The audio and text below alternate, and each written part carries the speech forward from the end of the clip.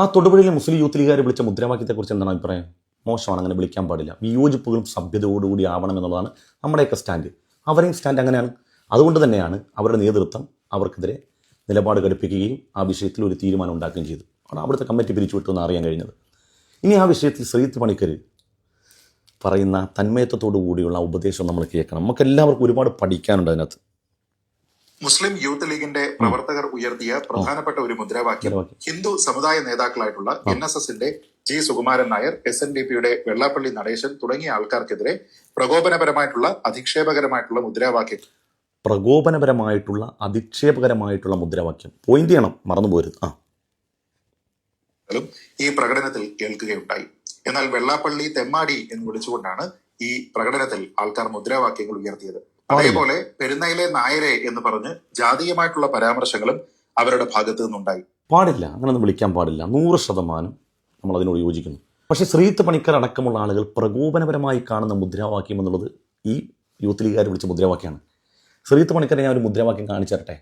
നിങ്ങൾ അടുത്ത വീഡിയോയിൽ ആ വിഷയം പറഞ്ഞിട്ട് ഇതൊന്നും നമ്മുടെ ജനാധിപത്യ സമൂഹത്തിന് നല്ലതല്ല, നമ്മുടെ സ്നേഹത്തിൻ്റെ പാരസ്പര്യത്തിൻ്റെ സന്തുലിതാവസ്ഥയ്ക്ക് ഇത് വികാസം സൃഷ്ടിക്കുമെന്ന് പറയണേ. ഇപ്പോൾ വ്യക്തിപരമായ അധിക്ഷേപമല്ലേ, ഇനി കേട്ടോണേ, അങ്ങോട്ട് പോരുത്.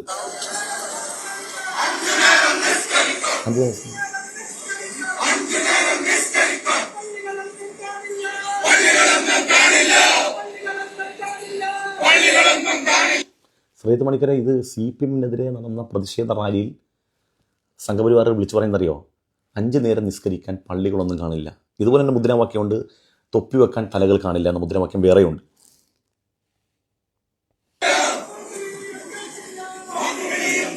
ബാങ്കുളി കേൾക്കില്ല. 5 നേരം നിസ്കരിക്കാൻ പള്ളികളൊന്നും കാണൂല, തലകളൊന്നും കാണൂല എന്നൊക്കെയാണ് പറയുന്നത്. ശ്രീജിത്ത് പണിക്കർ ഈ മുദ്രാവാക്യം കേട്ടിട്ടില്ലായിരിക്കും. ഇപ്പം കേട്ടില്ലേ? അപ്പോൾ അടുത്ത വീഡിയോയിൽ വിഷയം പറഞ്ഞാൽ ഇങ്ങനെയുള്ള മുദ്രാവാക്യങ്ങൾ വിളിക്കരുത്, പ്രകോപനപരമാണ്. എന്താ ശ്രീജിത്ത് പണിക്കരെ ഈ കണ്ണ് ഒരു ഭാഗത്തേക്ക് മാത്രമേ തിരിയുള്ളൂ, അല്ലെന്തോ പ്രശ്നമുണ്ട്. പിന്നെ ഒരു പ്രശ്നം പറഞ്ഞത് വെള്ളാപ്പള്ളി അടക്കമുള്ള ഹിന്ദു നേതൃത്വം. വെള്ളാപ്പള്ളി നടേശൻ എപ്പോഴാണ് ഹൈന്ദവ അല്ലെങ്കിൽ ഹിന്ദു മതവിശ്വാസിയായത്? അദ്ദേഹം തന്നെ അദ്ദേഹത്തിൻ്റെ പല പ്രസ്താവനകളിലും പറഞ്ഞിട്ടുണ്ട്, ഇലക്ഷൻ വരുമ്പോഴാണ് ഞങ്ങളൊക്കെ ഹിന്ദുക്കൾ, അല്ലാത്തപ്പോഴൊക്കെ ജന്തുക്കളാണെന്ന്.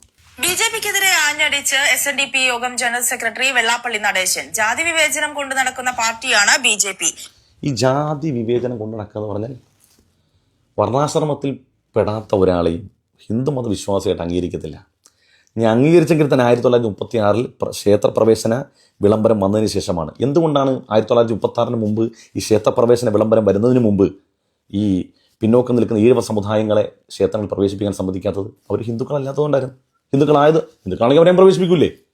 ഹിന്ദുക്കളല്ലാത്തതുകൊണ്ട് അവരെ പ്രവേശിപ്പിക്കാത്തത്. ഇപ്പം ജാതീയപരമായി വേർതിരിവ് നേരിടുന്നു എന്ന് പറഞ്ഞാൽ BJPയിൽ തന്നെയുള്ള ആളുകൾ അവരെ, ഞാൻ നേരത്തെ പറഞ്ഞ, ഹിന്ദുവായിട്ട് അംഗീകരിക്കുന്നില്ല എന്നുള്ളതല്ലേ? അദ്ദേഹം ആ പറഞ്ഞ പരാതിയല്ലേ ജാതി വിവേചനം എന്ന് പറഞ്ഞാൽ? അതാ നമ്മൾ ഉൾക്കൊള്ളുന്നില്ല, അംഗീകരിക്കുന്നില്ല. ജാതി വ്യവസ്ഥിതി അതിൻ്റെ അടിസ്ഥാനത്തേക്ക്, അതിൻ്റെ അകത്തേക്ക് പോയി കഴിഞ്ഞാൽ കുറച്ച് ആളുകൾ അകത്തും കുറച്ച് ആളുകൾ പുറത്താകുന്നത് എന്തുകൊണ്ടാണ്? ഈ സനാതന ധർമ്മത്തിൻ്റെ ഭാഗമായിട്ടുള്ള ആളുകളാണ് അകത്ത്. പുറത്തു നിർത്തുക ഈ സനാതന ധർമ്മത്തിൻ്റെ ഉള്ളിൽ ഈ വർണ്ണാശ്രമത്തിൽ പെടാത്ത ആളുകളെ പുറത്ത് നിർത്തുക.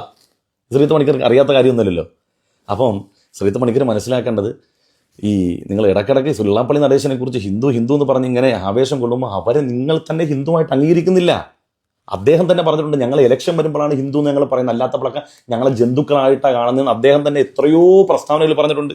പിന്നെ പറഞ്ഞ പെരുന്നയിലെ നായരെന്ന് വിളിച്ച് ജാതി ആക്ഷേപം അല്ലേ? അതിപ്പം നമ്മുടെ ബഹുമാനപ്പെട്ട നയനാർ പറഞ്ഞിട്ടില്ലേ? നമ്മുടെ EK നയനാർ അദ്ദേഹത്തിൻ്റെ പ്രസംഗത്തിൽ പറഞ്ഞില്ലേ, പെരുന്നയിലെ ഡാഷ് കുരച്ചാൽ പത്തനംതിട്ടയിൽ കേൾക്കുമെന്നു. നയനാരും പറഞ്ഞിട്ടുണ്ടെന്നേ.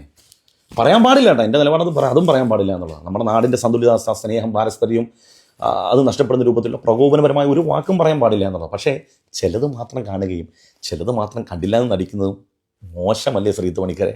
അത് നിങ്ങളെപ്പോലെ അഭ്യസ്ത വിദ്യനായ ഒരാൾ